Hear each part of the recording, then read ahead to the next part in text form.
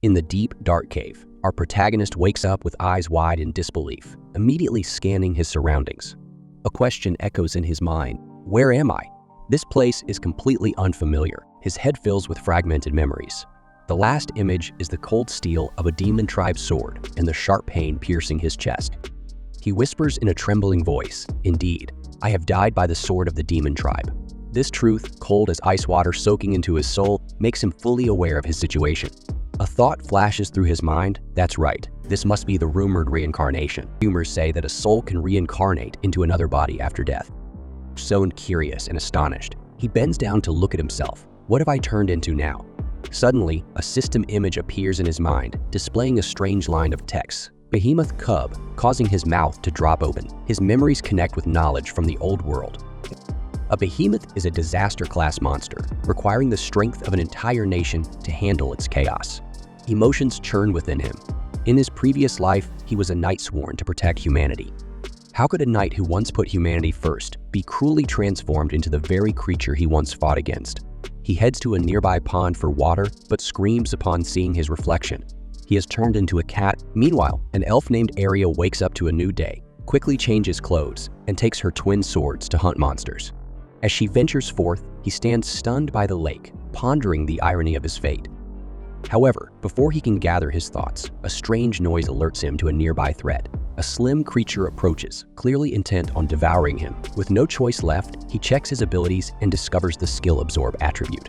He shouts rock howling, and a powerful sound wave transforms into a sharp stone spike that shoots at the creature, defeating it instantly. However, he soon faced another issue. He hadn't eaten or drunk anything since reincarnating. Overcome by hunger and thirst, he reluctantly tried eating monster meat.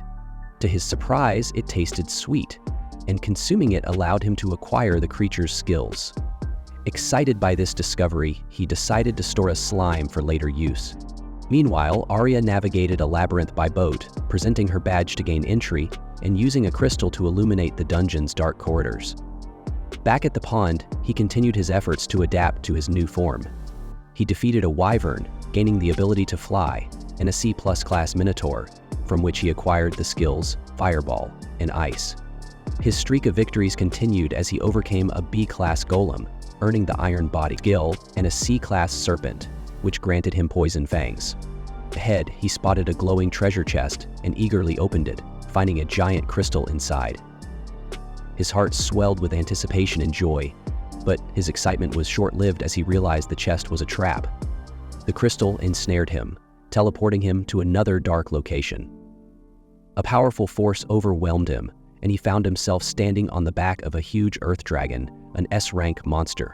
The dragon roared angrily, insulting him for disturbing its sleep. Desperate to defend himself, he attempted to use rock howling again, but the stone spikes had no effect on the formidable dragon. Activating Iron Body, he made his body as hard as iron to dodge the dragon's crushing attacks. The dragon acknowledged his resilience but still found him too weak, attempting to crush him with its massive foot. In a desperate move, he activated the Ether Edge skill, slicing through the air with sharp light and damaging the dragon. Utilizing the flight skill, he soared back into the air, escaping as the earth dragon howled in frustration. Exhausted and bleeding, he collapsed, feeling helpless and losing consciousness. Just as he was about to surrender, Arya took care of the kitten.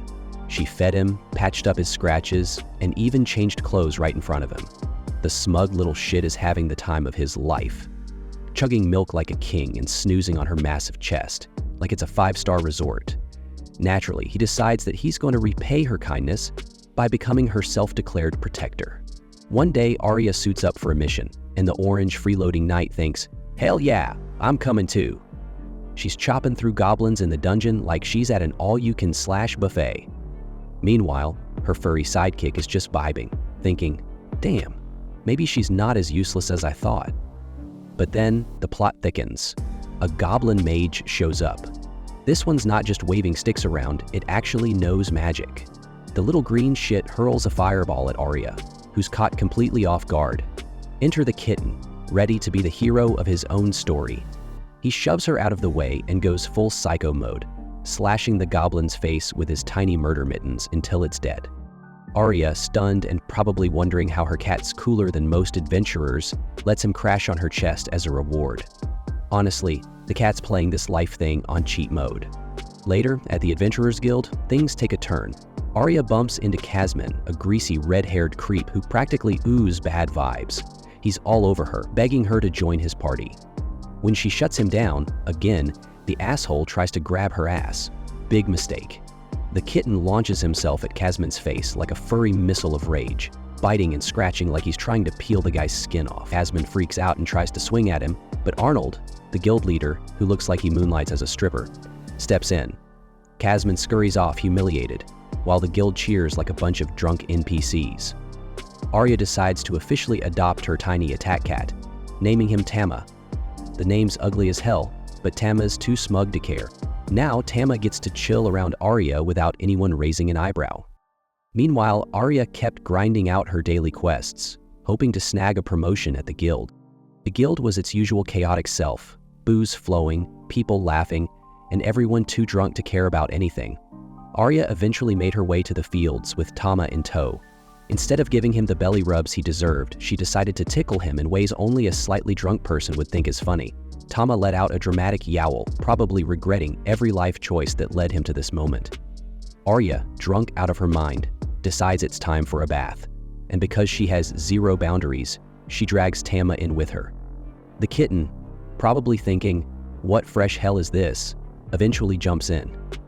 As he floats toward her, assets, you can practically hear him thinking, "This is both the best and worst decision I've ever made." Arya starts pouring her heart out. She talks about her shitty childhood, how demons trashed her village, and how the legendary sword saint saved the day. That's the moment she decided to become a knight. Now, she's questioning if she's strong enough to live up to that dream. Tama, being the smart little furball he is, knew all about Alicia the Sword Saint. She wasn't just strong, she was the real deal, a legend. To comfort Arya, Tama rubs his face against hers, doing that magical cat thing that makes people feel better. It works. After a cozy bath, she heads out and the villagers greet her like she's royalty. Meanwhile, Tama is perched on her chest, clearly enjoying the free ride and basking in her popularity. At the guild, Arya meets up with Arnold, the twinkish guildmaster, who has some bad news.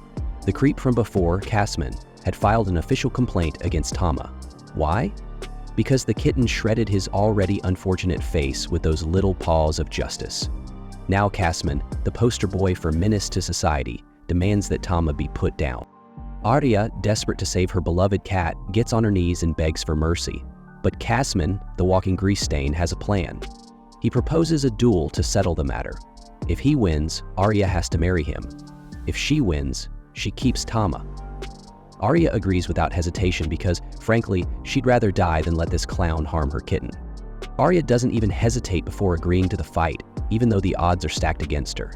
She's a D-rank adventurer going up against Casman, a C-rank bully with a massive ego. Casman, in all his cowardly glory, tries to save face by calling on the villagers to fight for Arya, so no one can accuse him of picking on someone weaker. Shockingly, or maybe not, the villagers want nothing to do with this mess and leave Arya hanging. Casman smirks, thinking he's got an easy win. But oh, how wrong he is. Enter Tama, the tiny orange knight with a big attitude. Without a second thought, the kitten steps up to defend his master. Casman, too dumb to realize he's signing his own humiliation slip, accepts Tama into the duel. The fight kicks off, and Casman charges in, sword swinging, convinced he's got this in the bag. Arya, desperate to protect Tama, rushes at Casman, but gets a solid kick to the stomach for her trouble. As she hits the ground, Casman bursts into laughter, because nothing says big man like kicking someone who's clearly outmatched. Arya fights back with her knives, but Casman dodges easily, throwing in a lame kitchen joke just to rub salt in the wound. Meanwhile, Tama watches his master struggle, knowing it's time to stop holding back. Casman, feeling extra gross, starts harassing Arya mid-fight, calling her his future wife and generally being the creepiest creep to ever creep. That's the last straw for Tama. The little furball makes up his mind to annihilate Casman's fragile masculinity once and for all. As Casman taunts Arya, Tama charges in with his iron body skill, snapping Casman's precious blade like a dry twig. Before the red-haired loser can process what's happening, Tama activates Aether Howling. sending him flying into a conveniently placed set of dark, bushy trees. Kazman ends up dangling from a branch, his broken blade follows him, and lands in the most unfortunate spot, effectively ending his bloodline. With Kazman defeated and thoroughly humiliated, you'd think it'd be a happy ending, but nope. Tama's magical powers are now out in the open, and the villagers start pointing fingers, looking like they're about to form a mob. Poor Tama assumes it's the end. In his head, he's already writing his final goodbyes and preparing for the pitchforks. As the battle unfolded, Anna realized something very important. Tama was definitely an elemental cat, given his ability to understand human speech and use attribute magic. The people around sighed in relief. In the end, Arya emerged as the winner of the match. The crowd erupted into cheers, celebrating a spectacular victory for Arya. A new day dawned, and Tama understood that, though he was a behemoth, he had been mistaken for a cat and now lived happily with his elf master. If you want to live the same life as this cat, comment Neko. I'll be uploading more episodes on my channel, so be sure to hit the like, share, and subscribe buttons to never miss an episode.